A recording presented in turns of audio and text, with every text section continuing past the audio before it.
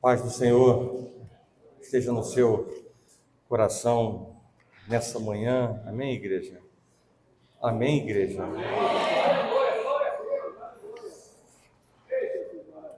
Certamente, eu não sei se você tem o mesmo entendimento que eu tenho, mas certamente a mais importante decisão que nós tomamos em nossas vidas é aceitar Jesus como nosso Senhor e nosso Salvador.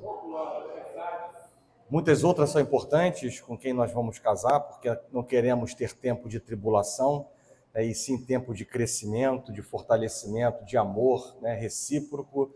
Nós queremos ter filhos e saber quando é que vamos ter filhos é importante, qual a universidade, qual o trabalho, para que o trabalho não seja pedra de tropeço, não venha roubar as promessas do Senhor, não venha roubar o tempo de dedicação a Deus. Importante, decisões que tomamos em nossas vidas, somos feitos de decisões, e as decisões elas apontam para aquilo que queremos ser, e o que queremos colher em nossas vidas. Então, diariamente estamos decidindo, diariamente estamos diante de uma luta entre o bem e o mal, mas, sobretudo, a decisão mais importante que tomamos é aceitar Jesus como Senhor e Salvador. E no momento em que isso acontece, quando cremos, declaramos com os lábios, a nossa identidade ela é mudada, ela é alterada, o nosso nome passa a ser outro, a nossa identidade passa a ser filho de Deus, testemunhas de Cristo, templos do Espírito Santo de Deus. Essa é a nossa nova identidade. Mas nós precisamos também manter o discernimento diário, assim como a luta entre a carne e o Espírito é diária, nós precisamos manter diariamente o entendimento de que, se por um lado existem direitos, que isso traz a reboque para a nossa vida, sermos filhos de Deus, templo do Espírito Santo e testemunhas de Cristo, ao mesmo tempo que nos confere direitos, também nos chama a responsabilidade. E ser testemunha de Cristo implica necessariamente em replicarmos aquilo que Jesus fez, aquilo que Jesus foi. E como é que nós replicamos? Por meio do nosso testemunho. E essa é a palavra que eu quero compartilhar com a igreja nessa manhã. Ao longo dessa semana, nós estamos mais uma meta de leitura, a igreja sabe, fatiamos a Bíblia em 18 pedaços, nós estamos concluindo a 7ª meta, já passamos de 1/3 da Bíblia, e nessa meta, ao fazer a leitura de um texto de 1 Crônicas, Deus saltou aos meus olhos um texto importantíssimo para nós, algo que Deus quer de fato falar nessa manhã. Deus já revelou, trouxe uma revelação a uma irmã da igreja, no dia de ontem, e obviamente que tudo é propósito de Deus, quando Deus revela, e aí num outro canto, desse mesmo universo, dentro do mesmo Rio de Janeiro, mas numa outra casa, Deus vai falar comigo algo importante que se encaixa para um casamento perfeito daquilo que Deus quer da nossa parte. E o testemunho é importantíssimo, como testemunhas de Cristo, e é isso que nessa manhã eu me proponho a poder compartilhar com vocês, o testemunho do cristão, ser sal da terra, luz do mundo. Amém? Convido você a abrir a palavra do Senhor em 1 Crônicas, no capítulo 29. 1 Crônicas, capítulo 29. Já no último capítulo, já próximo de virarmos para o segundo Crônicas. Eu quero fazer a leitura com vocês a partir do verso número 3. 2 Crônicas, capítulo 29, verso número 3, diz assim: E ainda, porque amo a casa de meu pai, o ouro e a prata particulares que tenho, dou para a casa de meu Deus, afora tudo quanto preparei para o santuário. 3.000 talentos de ouro de Ofir, e 7.000 talentos de prata purificada para cobrir as paredes das casas. Ouro para os objetos de ouro e prata para os de prata, e para toda a obra de mão dos artífices. Quem, pois, está disposto hoje a trazer ofertas liberalmente ao Senhor. Então, os chefes das famílias, os príncipes das tribos de Israel, os capitães de 1000 e os de 100, e até os intendentes sobre as empresas do rei, voluntariamente contribuíram e deram para o serviço da casa de Deus 5.000 talentos de ouro, 10.000 dáricos, 10.000 talentos de prata, 18.000 talentos de bronze e 100.000 talentos de ferro. Os que possuíam pedras preciosas as trouxeram para o tesouro da casa do Senhor a cargo de Jeiel, o Gersonita. E o último versículo 9 diz assim: o povo se alegrou com tudo o que se fez voluntariamente, porque de coração íntegro também eles deram liberalmente ao Senhor. Também o rei Davi se alegrou com grande júbilo. Amém? Feche os seus olhos, vamos orar. Senhor Deus e nosso Pai, graças te damos, Pai, nessa manhã, por estarmos, Deus, na sua casa e mais uma vez, ó Pai, inclinados para ouvir a tua palavra, Senhor, com expectativas no nosso coração. É assim que o Senhor nos chama, Pai, a nos achegar na sua presença, e é assim que nessa manhã nos achegamos a ti, Pai, para que o Senhor fale, Deus, aos nossos corações, ministre a palavra, que poderá ser, Deus, para o dia de hoje. Certamente não será para o dia de ontem, mas poderá ser também para o dia de amanhã. Por isso, Deus, o Senhor que tem o domínio do tempo e é o Senhor da história, e o Senhor que sonda e conhece o nosso coração, sabe tudo aquilo, Pai, que precisamos ouvir no tempo, na medida, na profundidade, na amplitude certa, Pai.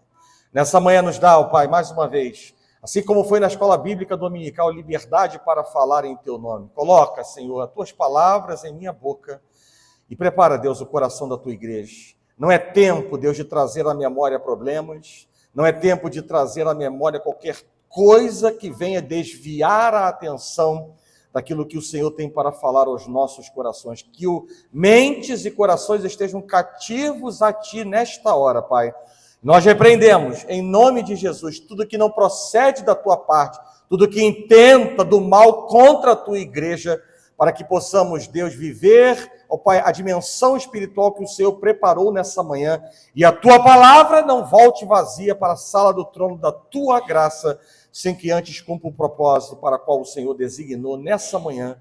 Assim, Deus, nós oramos e nós agradecemos por tudo, em nome de Jesus, e que a igreja do Senhor diga amém. Podem sentar. Eu acredito que vocês saibam, certamente aqueles que estão na escola bíblica dominical e certamente aqueles que estão também vivendo as metas de leitura, porque já se debruçaram por esse texto e por essas informações, mas Davi, em algum momento, ele teve intenção de edificar uma casa ao nome do Senhor em Jerusalém. Porém, a palavra de Deus nos diz que Deus disse a ele, diretamente ao coração de Davi, dizendo o seguinte: Davi, tu derramaste sangue em abundância e fizeste grandes guerras. Nada errado, mas isso é fato. E continua dizendo Deus: não edificarás casa ao meu nome, porque muito sangue tens derramado na terra na minha presença. Eis que te nascerá um filho, que será homem sereno, porque lhe darei descanso de todos os seus inimigos em redor. Portanto, Salomão será o seu nome. Paz e tranquilidade darei a Israel nos seus dias. E Deus complementa dizendo o seguinte: este, sim, Salomão, edificará casa ao meu nome. Ele me será por filho e eu lhe serei por pai. Estabelecerei para sempre o trono do seu reino sobre Israel. E aí fala da descendência de Davi, na pessoa de Jesus, a eternidade do reino de Davi. Mas é interessante que, por mais que Davi tenha desejado algo e Deus tenha falado com ele, não. Ele não era um obreiro imaturo. Ele não fez beicinho para Deus. Ele não fugiu da presença de Deus. Ele não questionou Deus. E isso não inibiu Davi de fazer tudo o que estava ao seu alcance para a preparação dos materiais para a construção do templo.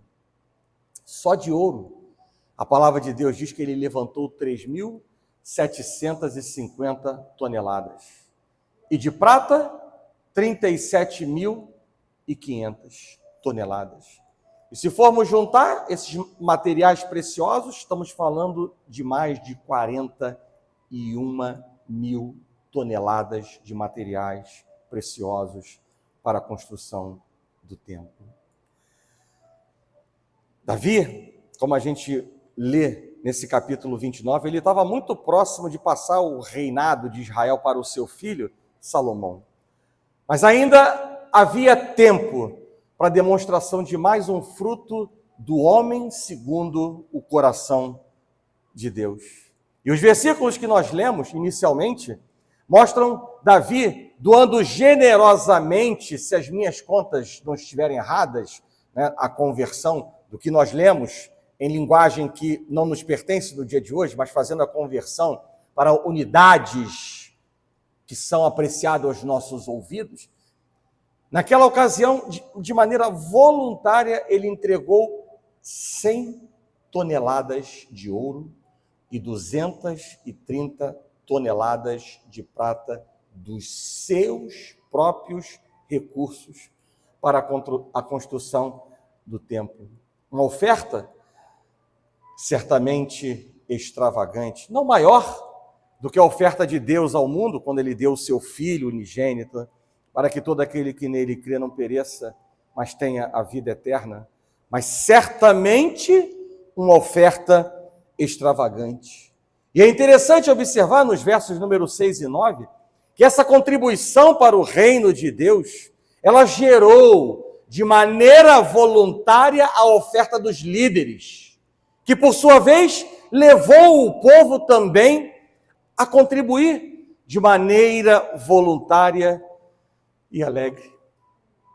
3 diferentes níveis: rei, líderes e povo, e uma só atitude. E nós poderíamos fazer um paralelo desses 3 níveis, rei, líderes e povo, fazer um paralelo desses mesmos 3 níveis para a nossa realidade dentro da igreja.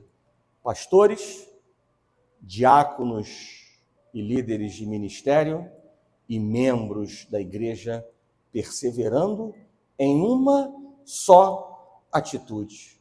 No fundo, é isso que Deus nos exorta de maneira mais ampliada, quando ele declara na palavra em 1 Coríntios, no capítulo 1, verso número 10, o seguinte: rogo-vos, irmãos, pelo nome do Senhor, do nosso Senhor Jesus Cristo, que faleis todos a mesma coisa e que não haja entre vós divisões. Antes, sejais inteiramente unidos na mesma disposição mental e no mesmo parecer, no mesmo proceder, numa mesma atitude.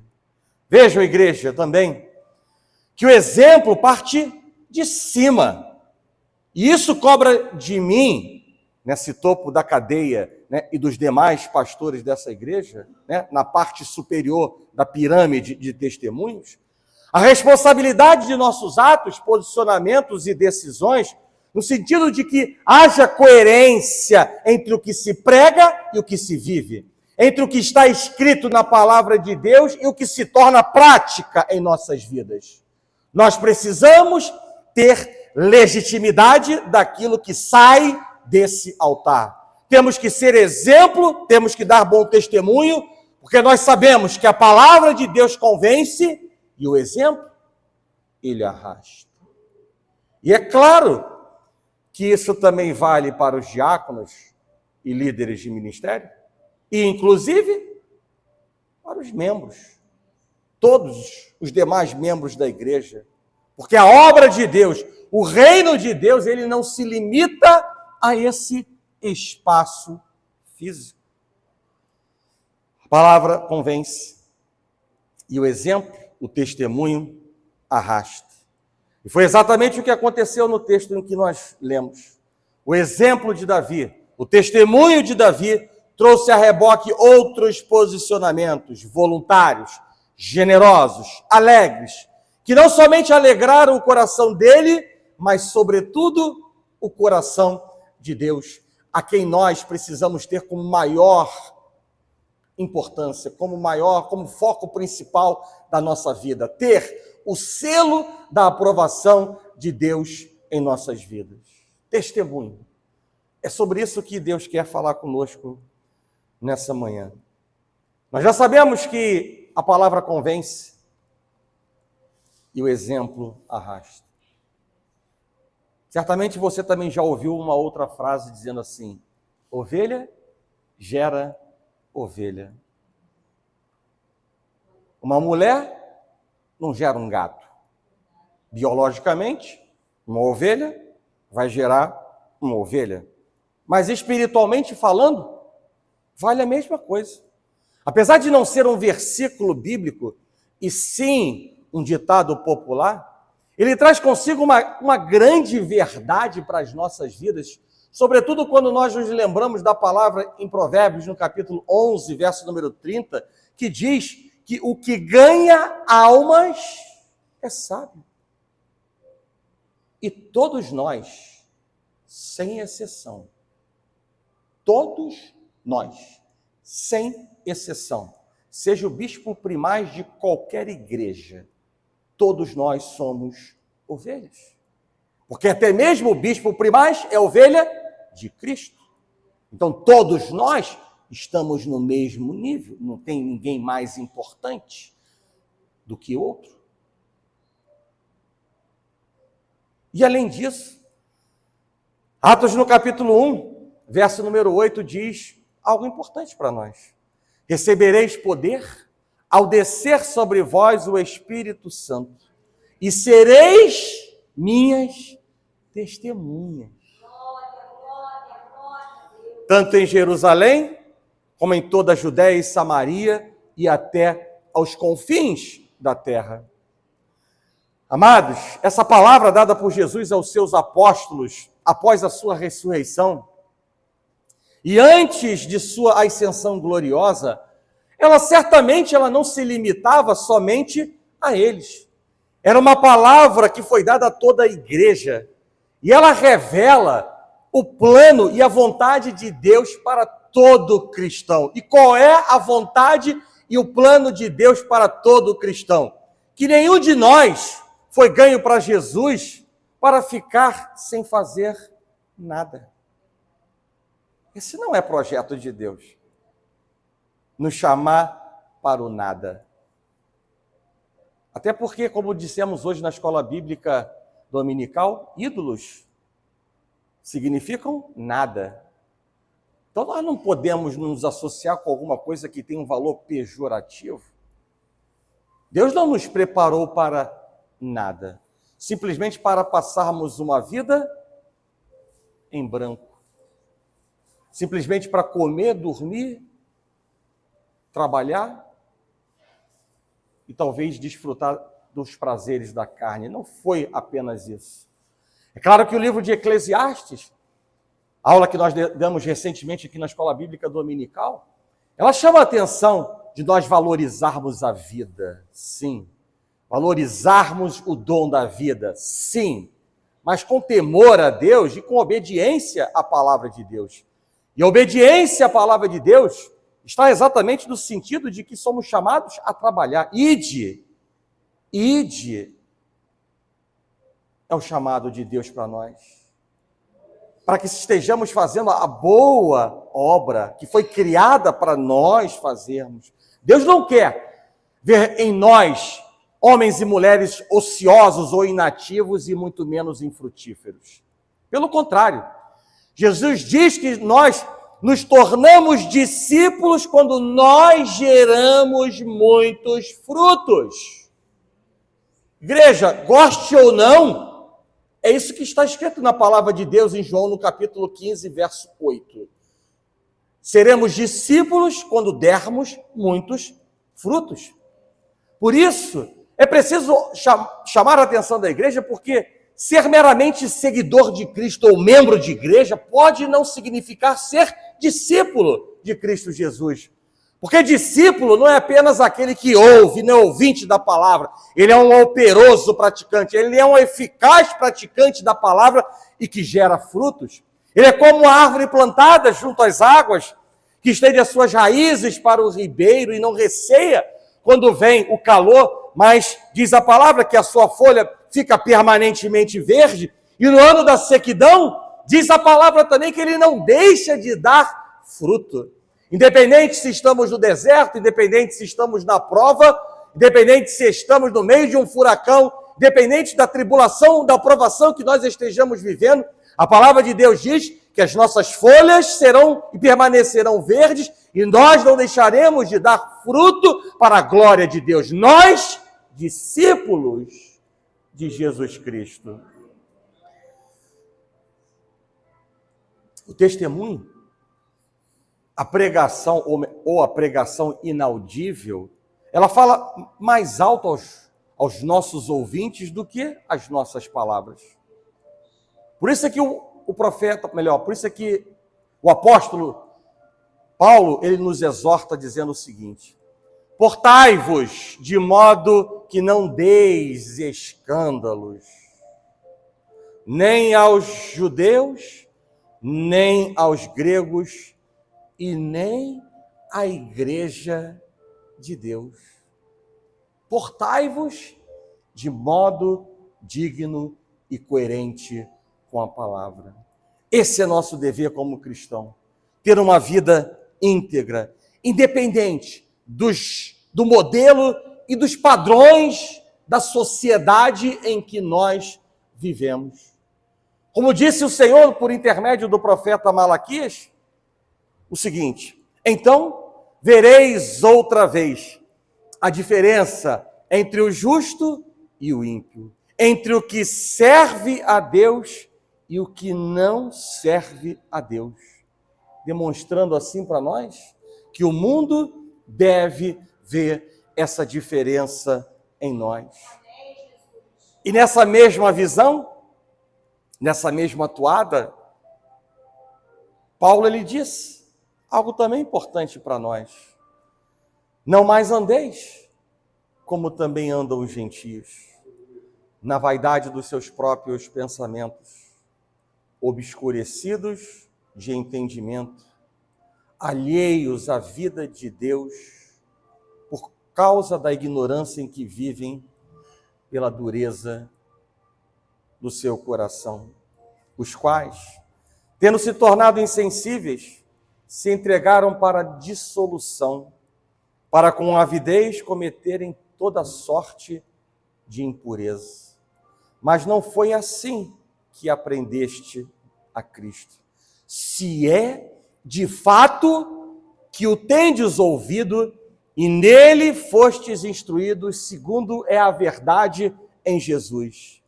No sentido de que, quanto ao trato passado, vos despojeis do velho homem que se corrompe segundo as concupiscências do engano e vos renoveis no espírito do vosso entendimento. E Paulo complementa e finaliza dizendo: e vos revistais do novo homem, criado segundo Deus, em justiça e retidão procedentes da verdade.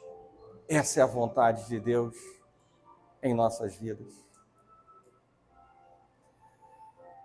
E para ilustrar a importância do testemunho cristão, Jesus ele se valeu de dois elementos comuns a nós ouvintes.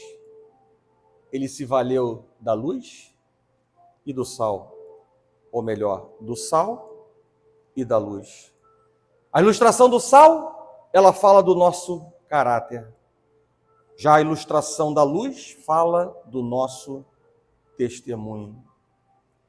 E é interessante observar que o sal desta terra vem antes da luz deste mundo. Assim, igreja, da mesma forma como o perdão, ele deve preceder toda verdadeira e genuína oferta viva a Deus. O perdão deve preceder a verdadeira adoração e louvor a Deus. O que Deus está dizendo para nós é que o caráter deve preceder o testemunho. O nosso caráter precede o testemunho. Não adianta ficar trabalhando ou focando no testemunho se o caráter não foi trabalhado por Deus.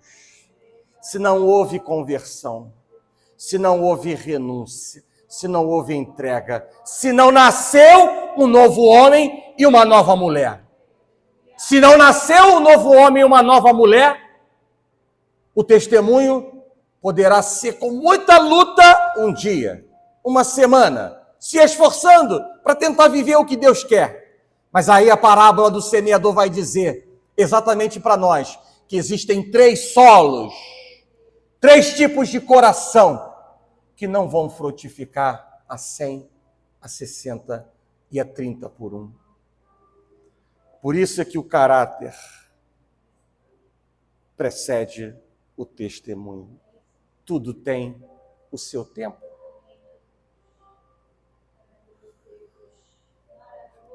Diz a palavra de Deus: vós sois o sal da terra, e se o sal for insípido, com que se há de salgar? Para nada mais presta, senão para se lançar fora e ser pisado pelos homens. Essas palavras, elas falam para nós de maneira muito clara sobre a influência e a responsabilidade do cristão nesse mundo, ao nos convocar para nós sermos exemplo para o mundo e, ao mesmo tempo, nós militarmos contra o mal e contra a corrupção dessa sociedade. Além disso, ao dizer que nós somos o sal da terra, o Senhor está nos identificando a Ele. Já que o sal era o elemento presente em todas as ofertas de manjares que eram apresentadas a Ele. Talvez você não saiba disso, e por isso é que você está escutando a palavra de Deus, porque há tempo sempre de aprender algo novo. Talvez você já tenha lido e não tenha feito a correlação de algo importante que Deus quer trazer como mensagem, muito mais do que um sal. Lá em Levítico, no capítulo 12, verso 13, diz o seguinte, só escute. Toda oferta dos teus manjares temperarás com sal. A tua oferta de manjares não deixarás faltar o sal da aliança do teu Deus. Em todas as tuas ofertas aplicarás sal. Sal. Sinal da aliança entre Deus e Israel. Sal simbolizava permanência e, portanto, imunidade contra a corrupção. Sal indicava comunhão e fidelidade. Sabe por quê? Porque as alianças, elas eram seladas com uma refeição comum, na qual o sal, ele era um ingrediente importante. Igreja, veja o valor agregado do sal. Veja o valor do nosso testemunho nesta terra. A mais evidente característica geral do sal é que ele é essencialmente diferente do meio em que ele é posto.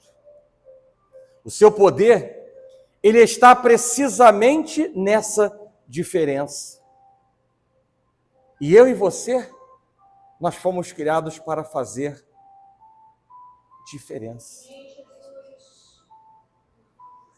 E ser sal da terra é dar sabor ao mundo em que nós vivemos. É tornar o lugar onde nós estamos agradável, apetitoso espiritualmente falando, equilibrado e de fácil convivência. O mundo, ele está cansado certamente do seu próprio pecado. O pecado cansa, o pecado adoece, o pecado escraviza. E a nossa presença no mundo, refletindo a glória de Deus, ela revela às pessoas do mundo, aos nossos familiares, uma qualidade de vida superlativa, porque a vida em Deus, ela é deliciosa, ela é deleitosa, porque a palavra de Deus diz no Salmo que na presença de Deus há plenitude de alegria e delícias perpetuamente. Por isso é que a vida com Deus, ela é deleitosa. E se por um lado, a comida sem sal, ela pode se mostrar intragável, por outro lado, a comida com excesso de sal, ela também é insuportável. E aí lembre-se, igreja, nós não fomos chamados para condenar o mundo.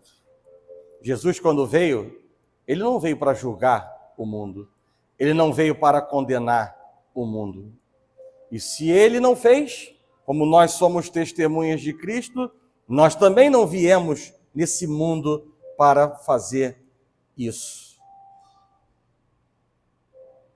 Nós não fomos chamados para condenar o mundo, mas para demonstrar ao mundo o amor de Deus e chamar as pessoas ao arrependimento e a uma fé que pode nos salvar ou pode salvá-los. Por isso que eu disse na introdução, antes de começar essa palavra, que a decisão mais importante que nós fazemos, nós tomamos em nossa vida é aceitar Jesus como Senhor e Salvador. Mas também é importante, igreja, entender que o ambiente em que vivemos não se resume ao mundo. A igreja também faz parte do nosso habitat. Assim, você também é convocado, e entenda uma diferença muito grande entre ser convidado e ser convocado. Você também é convocado para dar sabor, para fazer diferença nesse lugar. E não para ser um sal insípido, sem valor agregador para a obra de Deus e para a comunhão com os irmãos, sem uma clara identidade espiritual cujo nome seja apenas mais um na multidão. Essa não é a identidade que Deus quer nos atribuir. Mais um na multidão. Ser sal da terra é conservar também o ambiente onde nós nos encontramos e preservar a sua qualidade. Nos tempos antigos e até mais recentes, esse era o recurso que existia para evitar a deterioração dos alimentos perecíveis, de modo que eles poderiam ser ingeridos a qualquer tempo sem a perda dos seus valores nutricionais. E se o mundo, ele ainda não apodreceu de vez, se tudo ainda não degringolou definitivamente, é porque ainda existe um povo que é o sal dessa terra, e esse povo é a igreja do Senhor, a igreja viva do Senhor, que somos nós. Em Apocalipse estão descritas uma série de pragas e destruição que serão desencadeadas com a nossa partida durante o arrebatamento. E os discípulos são chamados a serem purificadores morais em um mundo em que os padrões morais são baixos, instáveis, ou por vezes mesmo inexistentes diante dos nossos olhos. Nós não somos chamados, igreja, nós não somos chamados para ser mel do mundo. Nós somos chamados para ser sal da terra. Nós não somos chamados para agradar homens. Somos chamados para influenciar e não para sermos influenciados, trazendo os valores distorcidos do mundo para dentro da igreja. O cristão, ele não é sal no saleiro. O cristão é sal da terra. E o sal precisa entrar em contato com aquilo que deve ser salgado para exercer o seu papel. O cristão, ele não influencia o mundo se isolando. O cristão não influencia o mundo se isolando dele, mas entrando em contato com ele, sendo diferente dele, penetrando nele com a sua influência sanadora. E mais uma vez, eu digo que o ambiente em que nós vivemos, ele não se resume ao mundo. A igreja também faz parte do nosso habitat. Já é a segunda vez que eu falo isso. Não é só o ambiente, o mundo em que nós vivemos que fazem parte da nossa vida. A igreja também faz parte do nosso habitat. E assim, você também mais uma vez, não é convidado, você é convocado para conservar o ambiente onde nós estamos, onde nós nos encontramos, para salgar ou adocicar, mas nunca para azedar ou amargar. Entendendo claramente, igreja, que só existe um inimigo.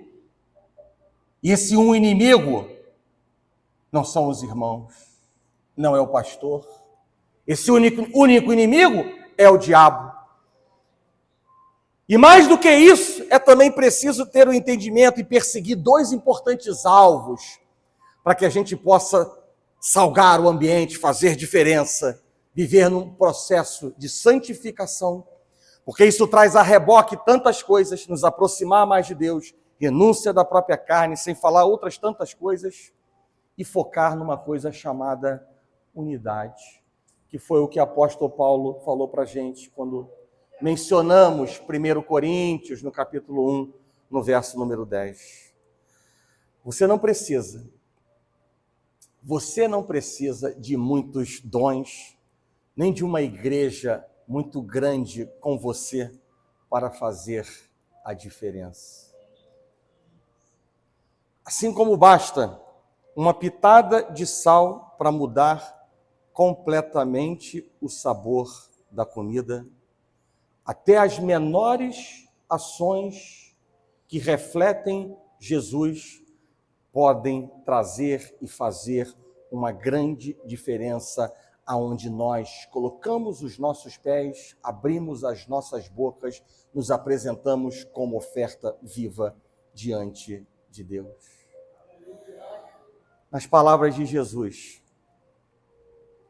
só há duas possibilidades. Ou você é sal dessa terra, ou você é sal insípido. Jesus está nos dizendo, ou você faz diferença, ou você é indiferente para o reino de Deus. E isso é muito profundo. Ou você faz diferença, ou você é indiferente para o reino de Deus. Não indiferente no sentido do amor de Deus, que não faz acepção de ninguém, mas indiferente para marchar e pisar e avançar no território inimigo e pisar na cabeça de Satanás e trazer libertação por meio da palavra, do testemunho que Deus te chama a viver. Ou você é sal dessa terra, ou você é um sal insípido. Ou você faz diferença, ou você é indiferente para o reino de Deus. É profundo, sim. Porque Deus, ele não trata com coluna do meio. Não existe meio aprovado. Existe aprovado e reprovado. O homem é que tenta construir valores e requisitos para poder se colocar numa situação de confortável para viver.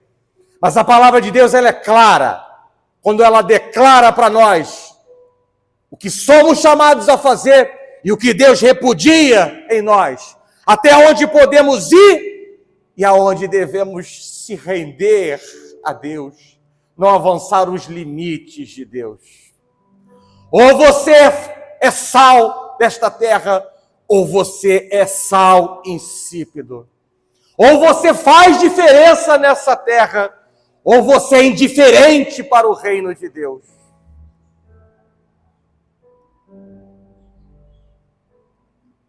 Igreja, eu não vim para julgar a igreja. Eu continuo sendo usado para despertar a igreja. É por isso que Jesus diz que nem sempre a palavra que é ministrada vai trazer alegria ao nosso coração. E por vezes, vamos até questionar, será que isso que está sendo declarado é verdade? Essa palavra de Deus nos mostra. E eu apenas resumi o que a palavra de Deus está dizendo para nós. O sal insípido, que valor tem? Será pisado pelos homens? O inferno é preparado para eles. Assim também não existe uma coluna do meio entre o paraíso e o inferno. Tudo é assim com Deus. Ou é certo ou é errado. Ou é aprovado ou é reprovado. Ou é lícito ou é ilícito. Ou é agradável ou não é agradável. Deus não é Deus de confusão. Ele é Deus de simplicidade, que nos chama a viver a sua vontade. E que Deus esteja trabalhando no seu coração nessa manhã. Porque, como eu disse na escola bíblica dominical hoje, se alguma coisa está diferente do que nós estamos ouvindo, não é porque Deus está errado. É porque alguma coisa está errada dentro de nós. E nós precisamos nos ajeitar. Nós precisamos nos alinhar à soberana, boa, agradável e perfeita vontade de Deus. Como eu disse nessa manhã, ninguém, homem e mulher, na palavra de Deus, por mais sábio e argumentos que tivesse na sua boca, como homens e mulheres que existem hoje no mundo, com uma lábia fantástica, mas a palavra de Deus diz, nos mostra que ninguém conseguiu convencer Deus quando estava andando em rota de colisão ou em rota de fuga, a sua soberana vontade. Ou você é sal da terra, ou você é um sal insípido. Ou você faz diferença, ou você é indiferente para o reino de Deus. Escolha. Deus continua te dando o livre-arbítrio para decidir quem você quer ser e o que você quer colher. Mas não tenha inveja quando você olha para o seu lado e vê alguém falando em línguas. Não tenha inveja de quando alguém dobra o seu joelho e Deus está falando com ele ou com ela. Porque isso também está disponível para você. E tudo tem o seu tempo certo. Às vezes, como ontem, nós clamamos por muitas pessoas serem batizadas no Espírito Santo, mas nem todas foram. E isso não pode gerar frustração em nós. Porque Deus sabe aquilo que ele dá. A palavra de Deus diz que para um ele deu 5, para outro ele deu 2, e para outro ele deu 1. Porque ele sabia o que cada um ia fazer com 5, com 2 e com 1. Não é tempo de estar frustrado. É tempo de se dobrar e de se render a Deus.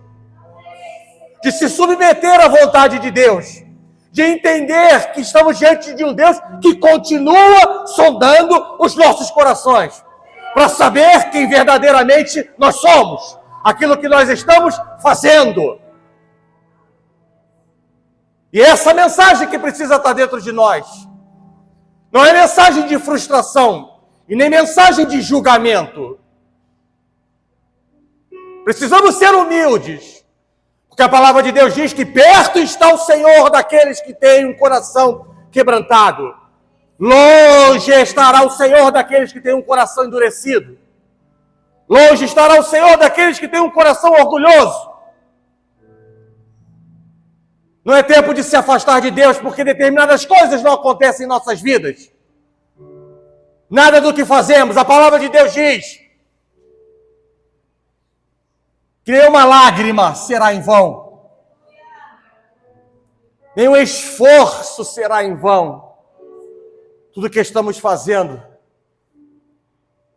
Deus está registrando para que no tempo certo, no tempo em que estivermos preparados para receber mais, nós possamos receber.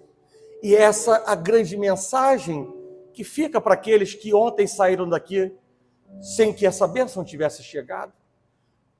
Precisamos valorizar o reino de Deus. Buscai o reino de Deus em primeiro lugar e a sua justiça, e todas as demais coisas vos serão acrescentadas. Isso precisa ser valorizado por nós. Não é apenas um versículo para ser replicado como um papagaio. Isso precisa ser vivido em nosso coração. Não é entregar 5 minutos de vida para Deus diariamente. Não é abrir a palavra de Deus como se fosse um mágico e Deus falar contigo. Não é assim. Deus quer tempo de qualidade. Deus quer prioridade.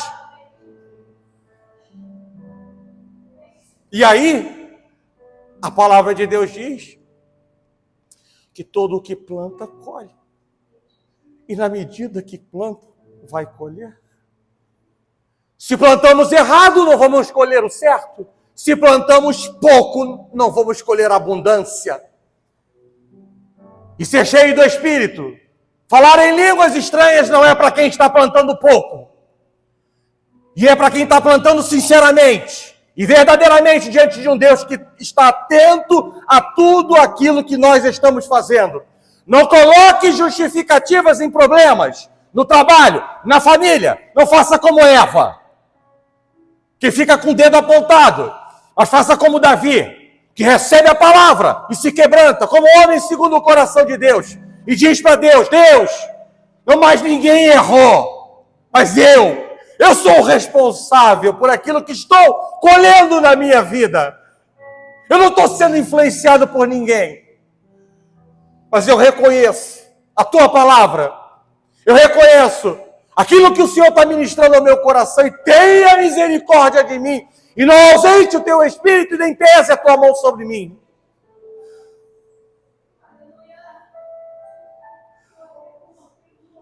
Nós estamos na estrada da maturidade. Já entramos na estrada da maturidade. Custamos para entrar nessa estrada. Anos, década, custamos para entrar nessa estrada. E isso é glória de Deus. Não é glória de nenhum homem. É glória de Deus. Deus não nos chama mais a retroceder. Deus fala para nós deixarmos para trás o que para trás ficou. Sair das cavernas e avançar para aquilo que Deus tem nos chamado a viver e a fazer. Ou você é sal dessa terra, ou você é um sal insípido, ou você faz diferença, ou você é indiferente para o reino de Deus. Vós sois o sal da terra. Mas a palavra também de Deus diz, em Mateus no capítulo 5, verso 14 a 16, vós sois a luz do mundo. Não se pode esconder a cidade edificada sobre um monte, nem se acende uma candeia para colocá-la debaixo do alqueire, mas no velador, e alumia e ilumina a todos os que se encontram na casa. E aí Deus vai dizer no verso 16, assim brilhe também a vossa luz diante dos homens, para que vejam as vossas boas obras e glorifiquem a vosso Pai que está nos céus. A luz, ela tem 3 funções primordiais. Igreja, vai guardando o que eu vou falar, porque eu estou falando do que somos chamados a ser e a fazer. Luz, ela tem 3 funções primordiais. Primeiro, ser vista por todos. Segundo, servir de guia. E terceiro, servir como advertência. Eu penso que entre as coisas, todas as coisas que foram criadas por Deus no início de tudo, a luz é a mais útil delas. A luz, ela fertiliza o solo, a luz é guia, a luz reanima. A luz foi a primeira coisa criada por Deus. Haja luz e houve luz. Sem a luz, esse mundo seria um vazio obscuro. E se o cristão ele influencia o ser inserido no mundo como sal, ele é visto também como a luz. A luz, ela aponta o caminho que deve ser seguido. E o seu testemunho adverte acerca dos perigos ao longo do caminho. Mais uma vez eu digo para a igreja, veja o valor agregado da luz. Veja o valor do nosso testemunho no mundo e dentro da igreja. A vida do cristão é a sua primeira mensagem. O exemplo, o testemunho, é mais importante do que a atividade, porque demonstra o testemunho quem verdadeiramente nós somos. E isso reforça aquilo que eu já disse há pouco tempo, que a palavra convence e o exemplo arrasta. Assim, ser luz do mundo, obviamente, que é iluminar o mundo. Isso significa fazer resplandecer a luz do Evangelho de Cristo. Algo que somente acontece quando nós praticamos a verdade, quando nós estamos cingidos pela verdade. E a verdade que é Jesus, a verdade que é a palavra de Deus. Quando nós temos um comportamento de total submissão às Escrituras, é assim que nós estamos qualificados para ser luz do mundo, iluminar o mundo. Ser luz do mundo é ter comunhão com Deus. Porque Jesus disse, eu sou a luz do mundo. Quem me segue nunca andará em trevas, mas terá a luz da vida. Ser luz do mundo é se manter anônimo. Quando brilhamos, não fazemos aparecer a nossa imagem, porque nós somos, conforme a palavra de Deus nos diz, nós somos apenas espelhos, nós somos apenas luzeiros, que estão sim a refletir a verdadeira imagem de Cristo, o único que deve aparecer e ser glorificado. Igreja, Jesus te chamou para ser luz na escuridão e não estrela na igreja.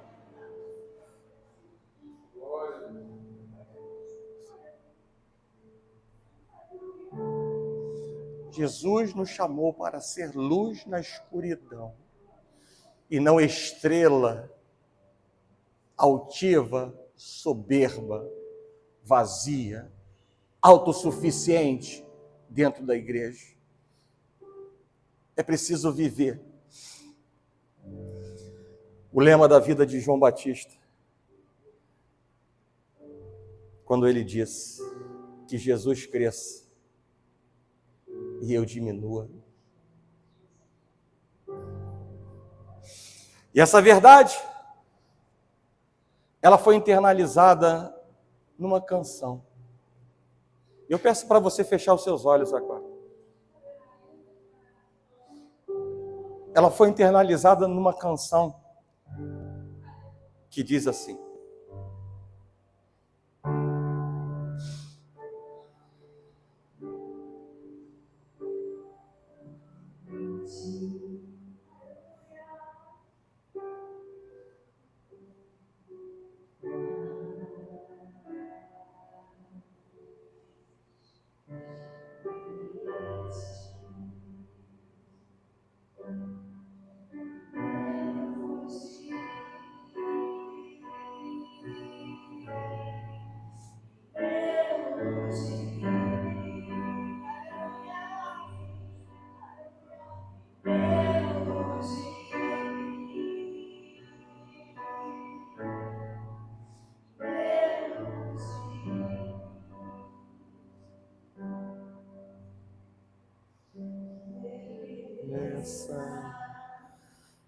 diminua, ele apareça, e eu me constranja com a sua glória, todo seu amor, infinita humildade, servo de todos, ele cresça, eu diminua, ele apareça, eu me constranja com a sua glória, todo seu amor, infinita humildade, servo de todos os irmãos. Ser luz do mundo, na prática, envolve viver uma vida de amor, humildade, honestidade, perdão, estar envolto, cingido pela verdade. Enquanto nós compartilhamos a mensagem de esperança e a mensagem de fé com os outros. As coisas boas que fazemos, por amor e solidariedade, trazem luz sobre outras vidas. E isso acenderá a chama de Cristo em nós. E Deus será glorificado. Para que o nosso testemunho seja eficaz, é necessário que nós sejamos diferentes. E ser diferente é ser pedra viva, é ser testemunha de Cristo. E uma testemunha não pode ser comprometida com o mundo. Uma testemunha não pode ser alheia ao senhorio de Jesus. Uma testemunha de Cristo não pode ser hipócrita. Uma testemunha de Cristo não pode ser falsificadora da palavra de Deus. Uma testemunha de Cristo não pode ser ou estar interessada em coisas desta terra. Uma testemunha de Cristo não pode estar presa às circunstâncias da vida, mas como prova de Deus, tem de superar o tempo e todas as demais circunstâncias. E a expectativa de Deus a nosso respeito, ela é muito grande. Grande, tão grande, que a expectativa dele é que nós sejamos para o mundo o que Cristo foi enquanto estava nesse mundo. É essa a expectativa de Deus. Por isso Deus fala para nós, por meio do apóstolo Paulo, sermos sacrifício vivo, santo e agradável a Deus. Não é de qualquer maneira. Há um preço a ser pago. E nós precisamos ter a maturidade para querer pagar esse preço. Sabe por quê? Por duas coisas, para eu finalizar essa palavra. Por duas importantes coisas. Primeiro, porque nós não podemos ser indiferentes a tudo aquilo que Jesus Cristo fez por nós. De aceitar o plano da redenção de Deus Pai e viver os dias que ele viveu, da maneira como viveu e a morte que ele sofreu. Se da mesma maneira não podemos ser indiferentes ao que Jesus ele fez, nós não podemos também ser negligentes à convocação que Deus nos faz de sermos sal desta terra e sermos luz do mundo. É isso que Deus tem para as nossas vidas nessa manhã. Seja tempo de remir o seu tempo. Se está faltando tempo, lembre-se que tudo que você faz é Deus quem dá. Por vezes, desperdiçamos tempo com coisas que não agregam valor, com coisas que não convêm, não edificam. E Deus nessa manhã também está te chamando a remir o seu tempo, a valorizar o seu tempo, a dar importância ao tempo da sua vida. Ele não aumentará para 30 horas, para 48 horas, ele continuará tendo 24 horas. E você precisa aprender a dar prioridade todo dia dentro dessas 24 horas, para não ser indiferente ao que Jesus Cristo fez e ser negligente ao chamado e à convocação de Deus para ser luz desta terra, luz do mundo e sal desta terra. Quero nessa manhã, acredito que com o coração quebrantado, quero convidar a igreja a vir aqui à frente, ao altar, onde Deus tem manifesto a sua presença, o seu poder.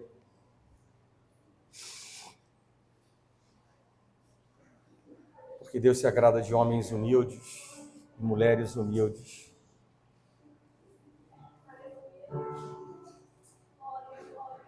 E mais ainda, Deus se alegra de homens e mulheres que agem rapidamente.